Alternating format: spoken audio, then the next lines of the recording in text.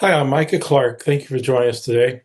This is a background from my home office, which you haven't seen in a couple of years, but due to my traveling schedule and some other meetings, we're recording this today from home. I want to talk today about two things. One was in my weekly email. One I'm going to cover a little bit more next week in my email. But there was a very important hearing or oral argument before the U.S. Supreme Court this week that I want to tell you about. It's made a little bit of news, not as much as it should. There's a law in California called a conversion therapy ban. Now, that's what the media calls this. That's actually a slur. Conversion therapy is supposed to bring up scary thoughts or a negative of a certain type of mental health practice. It's something the left use. What we're really talking about is counseling. We're talking about speech. Now, Colorado passed a law, and almost 24 states or localities across the nation have a similar law banning this practice. Now, what the practice is, again, is simply speech, voluntary counseling. People go to see a counselor and they ask them questions about sexual identity, human sexuality, LGBT issues, and the counselor gives their opinion.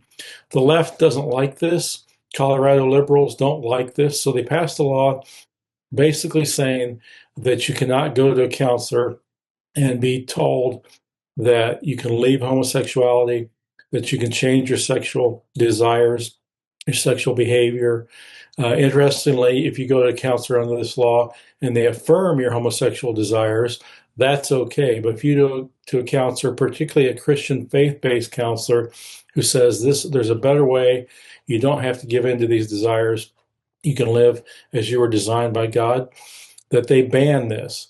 And so this is a real free speech First Amendment case that's very important. Now, I want to say in Indiana, we did one thing that helped on this. We saw this for what it was a few years ago. AFA of Indiana was very involved in passing a law that said local city ordinances could not ban this type of counseling. They could not supersede what the state allows in terms of clinical practice or therapy or counseling. So that was one where we stopped, because there were a couple cities, Lafayette, Bloomington, that were looking at this, more liberal cities trying to advance the LGBT agenda. They don't want kids to know that you can change your sexual desires, that you can convert from homosexuality to heterosexuality. There's thousands of people who've left that lifestyle through faith, through counseling. And for decades, that was common practice in the psychological world up until about 50 years ago, when there was a political move to change homosexuality from a mental health disorder to something that was normalized. And that was a political thing that was done. It was not a medical or counseling or psychological thing. It was done for political reasons. But this is how bad this is in Colorado and some other states. In Colorado, a 13-year-old girl can go to a doctor's office or a surgical center or a hospital, say that she has transgender feelings and have her breast removed, but she can't go to a counselor and say, I'm struggling with transgender feelings, can you help me change these? So that's how distorted this is. And the state shouldn't really be in the role of determining this type of viewpoint. They should be neutral. And particularly when it concerns the First Amendment, there's a term that her lawyers have used with Alliance Defending Freedom when they argued this before the Supreme Court on Tuesday, called viewpoint discrimination. And that caught the attention of a lot of the justices from what I've been reading, because the First Amendment is free to everybody. It's not to be used as a political hammer to stop certain legitimate viewpoints.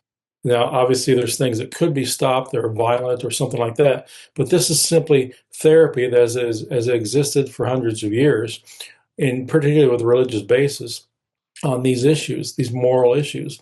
So the state is weighing in and telling counselors, Christian counseling agencies, hey, you can't say anything. You can only advance the LGBT agenda. And that's a political posture. That's not a medical posture. It's not counseling, professional counseling posture. It is the state weighing in, telling counselors, here's what you can say to a client, here's what you can't say to a client. I think that goes too far.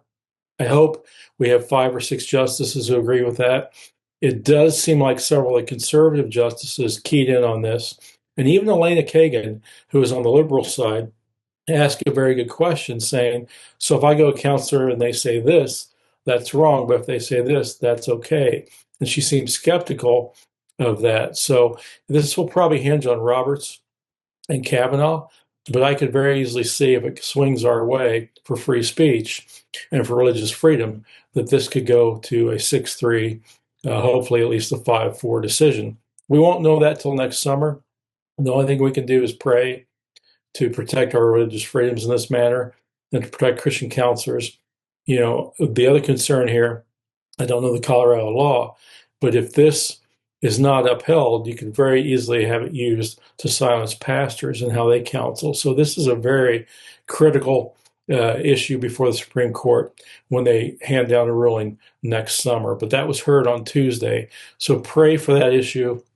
Pray that our justices uphold the First Amendment. Our founders would never have wanted this.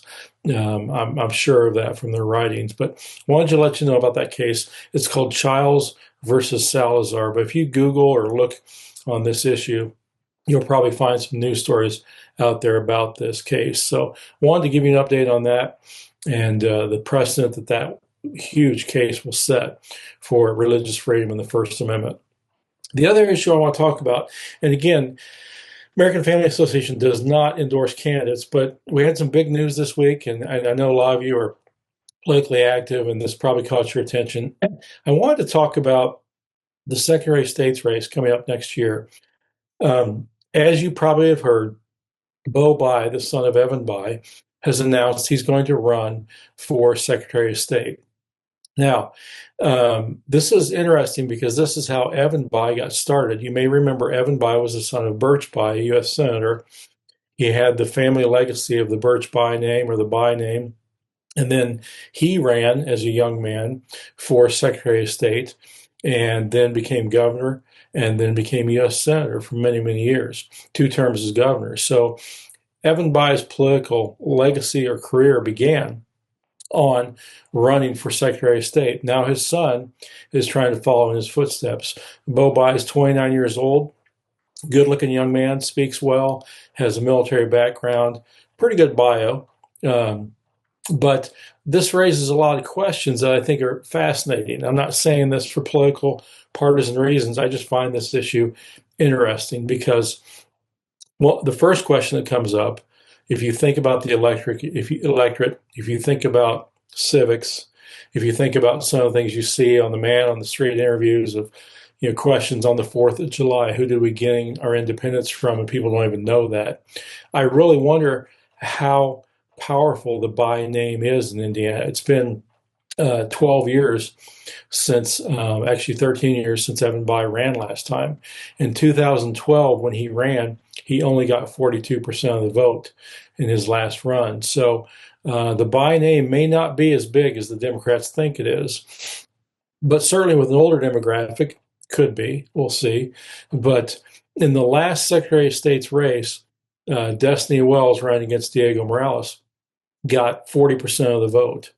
And recently, most of the statewide candidates on the Democrat side, we haven't had a Democrat candidate win on the statewide ballot since 2012.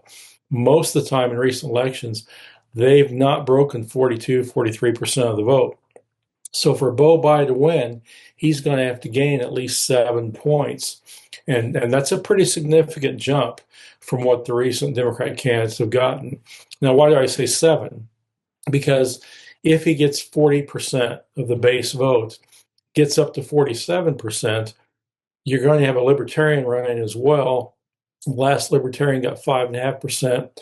The one before that, Secretary of State's race, got about 3.5%. That kind of spoiler vote, which would naturally tend to go towards the Republican, more than it cuts against the Democrat. If you have another strong Libertarian running, and we do have one running, you could have a situation where that office is won by less than 50%. Now, if you need 50%, let's say the Libertarians may be polling 1%, Beau Bayh has to get a lot more. He may have to get 9 points to win. And so that would be a significant jump from the baseline Democrat vote. But Evan Bayh has connections to D.C. The Bayh name has connections to D.C. Could bring in a lot of money if the Democrats target that race. Now, chances are most of the Democrat money nationally will be going to congressional races next year. But it's certainly possible that Beau Bayh could raise a significant amount of money. You tie that with the fact that on the Republican side, Diego Morales, the incumbent, is going to have a contested convention race. Now, Secretary of State is picked by a party convention. That's how they get their nomination. You're not going to vote for this in the primary. You'll only vote for this if you're a convention delegate.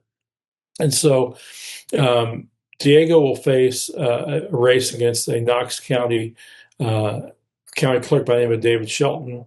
Jamie Rittenauer, who ran for governor, is also talking about running. But Diego has to win the convention first to be the nominee.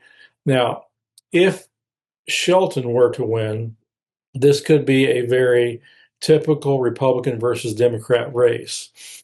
I still think Bayh would have a lot of uphill battle, although Shelton would have a name ID battle that Diego doesn't have. But assuming Diego wins as the incumbent, and the only reason he wouldn't is that if you live in Indianapolis, you know there's been a lot of controversy, a lot of media attacks against Diego. We've had him on our show before to address that and some other things. But it's possible that Diego is not as strong as he was when he ran a few years ago, the first time, when he got 54% of the vote. But is he weak enough to drop down below 50%? Seems to me that Diego is still strong outside of Indianapolis, and he's certainly campaigning. We don't know that. But either way, this could be a very interesting and very close race. Now, it could also be not a close race.